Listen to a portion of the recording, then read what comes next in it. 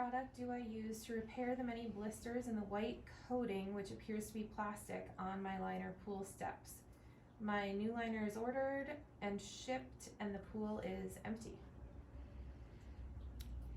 So on the acrylic surface, there's blisters.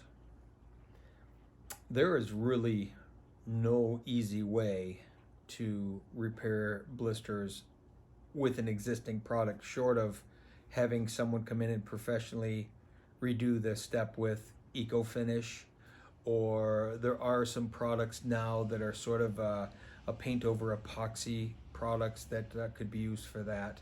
But you're doing the whole step, you're not just doing those blisters.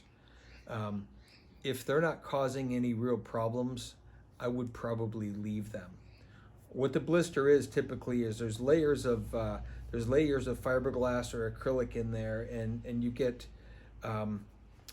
chemical buildup, and it spreads it apart. If the base of it is fiberglass, a lot of times you get a sort of a bulging happening in between the fiberglass layers, and that creates that blister, that bubble.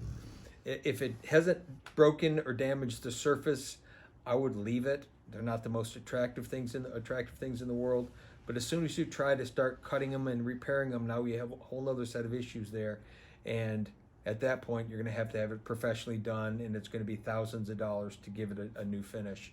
So unless if they're terrible and blistered and falling apart, if that's the case, you're going to have it redone totally anyway.